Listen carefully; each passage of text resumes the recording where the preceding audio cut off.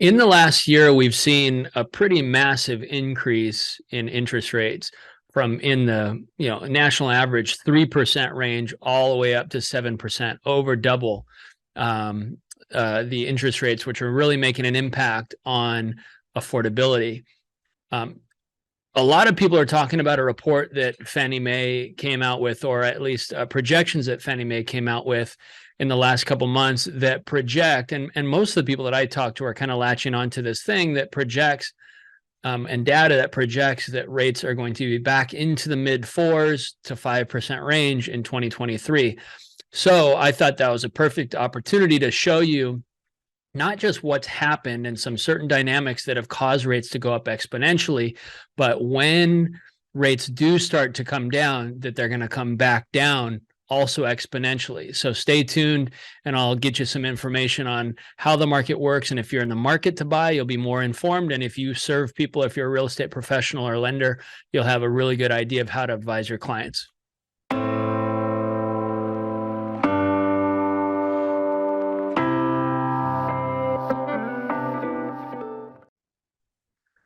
All right, so as I mentioned, and as most people know, I mean, in the last year, these are the 30-year fixed rate averages in the U.S.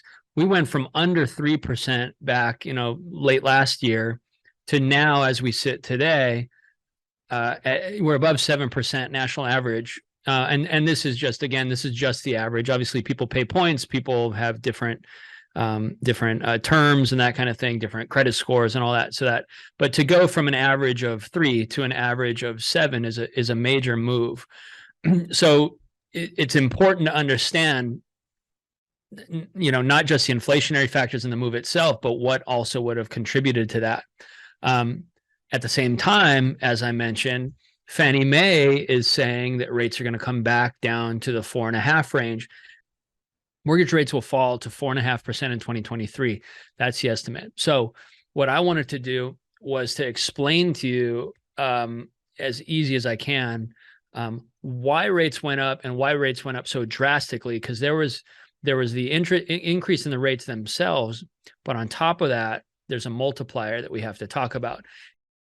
So before we talk about how all the dynamics, all that works, there's a couple of terms that are really, really important just to kind of lay a foundational baseline, or a couple of different concepts that are really important. First one's really simple. It's a concept of basis points. So when I talk about basis points are 1/100th of a percent. So 100 basis points is 1%. So if a rate goes up 100 basis points, it goes up 1%. 150 basis points is 1.5%. 50 basis points is 0.5%. So that's pretty straightforward, pretty easy. So understand that, because I'm going to be talking about basis points.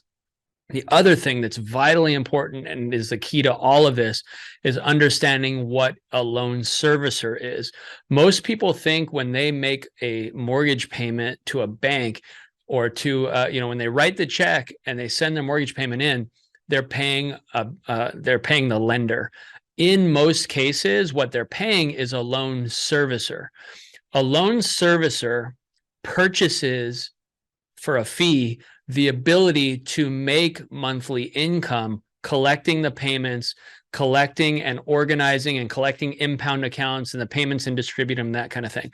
So in essence, what happens is the servicer buys servicing rights and then makes a monthly fee. So think about this for a second. If you have $1,000 investment that you make, you buy something for $1,000 and it's supposed to pay you $100 a month. In essence, what you're hoping is that investment stays with you for a long period of time, because in 10 months, if you pay $1,000, you're making $100 a month. 10 months, you've broken even, and anything past that is all profit. But what happens if you pay $1,000 for an investment that's gone and leaves you in a month? You only make 100, you paid 1,000, you lost 900. So that's kind of how servicing works. They purchase something up front, and then on the back end, they make a monthly premium. And so if their concern, if the lender's concern, the servicer's concern is that loan is going to pay off quickly, they're much less inclined to pay a good sized premium for that because the risk is much greater. If they're more inclined to pay a better premium for that servicing or pay for that servicing, the ideal outcome for them is that the loan is going to stick around for a long time. So if you understand basis points and you understand the concept of what a loan servicer is, we can dive back in and I'll show you kind of what's going on. This is the last 35 years of interest rates as they relate to the 10-year Treasury note. So as you can see, they're not directly correlated, but there's definitely a relationship. If you look at this correlation since 1991, at all times between those period of times, at the vast majority of that time, what they settle down to is a normal spread of 175 to 200 basis points. So the difference between the 10-year Treasury and the 30-year fixed average mortgage rate is about 175 to 200 basis points. So let me give you an example. If the 10-year Treasury, if I look like somewhere in here at if I look at the 10-year Treasury at here, it would be around 3.5%. If it's 200 basis points, you could expect the average rate to be 5.5% because that's 200 basis points. 300 plus 200 is 500. So 3% to 5%, that's your spread. Look at the spread currently. The spread currently is 300 basis points. And the reason for the difference between the 10-year and the 30-year average rate right now is the servicers. In essence, what the servicers all think, rates have gone up so quick and in so short a period of time that the servicers are banking on rates coming back down in the next 12 months. So if you're a servicer and you're paying a fee up front to make a monthly servicing premium, to make a monthly servicing charge, what happens if you buy these loans to service and then they all refi in 6 months? You're going to lose a good amount of money. So there's not much market for that servicing, and that spread increases a lot.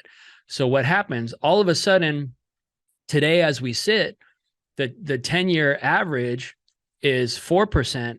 And under normal market circumstances, the 30-year fixed average should be 6, 5.75, 6, right? So because this normal spread over time was 175 to 200. Now we're at 300. So if we're at 4 on the 10-year, we should be, if it's 175, we're looking at 5.75 to 6% is 200 basis points. We should be there. But because of that servicing dynamic, what's happening is it's completely crushing, it's completely expanding that spread. And that's why right now, if you're working with any clients, everyone is asking for points, right? Everybody's asking for the seller to pay closing costs so that the buyer can pay points to make up some of that spread, because you're making a big return on it when you make up for what the servicers aren't paying. Now, looking forward, what happens when things reverse and settle? And this gets back to what Fannie Mae and Freddie Mac are saying. When this thing settles, it's going to go back the other way. And not only is this 10-year line projected to drop back down, right? But at the same time, when that 10-year line does drop back down, that spread will also diminish. So the same way that you had an exponential increase, including the increase in the 10-year and the normal increase in the bond, or fall off in the bonds, the increase in the rates, you're going to have that unwinding be exponential also, because as this 10-year falls, we're also going to get back into that 175, 200 basis point spread. So what Fannie Mae and Freddie Mac are saying is that they're projecting that the 10-year should fall somewhere back around 2.75 to 3%. Because if the 10-year falls back into the 2.75 to 3% range, and this normal spread goes back to 175 to 2, that's how you're going to end up in that 5.5 or in that 4.5 to 5% range. So hopefully that gives you an idea of, like I said, I was hoping that this opportunity with what kind of Fannie Mae is saying would give an opportunity to to talk about not just what's happened and what's going to happen, but also the dynamics and some of the things that we analyze when we're looking at what's going to happen in the market. And through that, if you're a consumer, like I said, you can anticipate what's best to do. As an agent, it's very easy as an agent or a lender to tell your clients, hey, Fannie Mae is projecting 4.5 coming up. But what happens when they say, oh, well, why?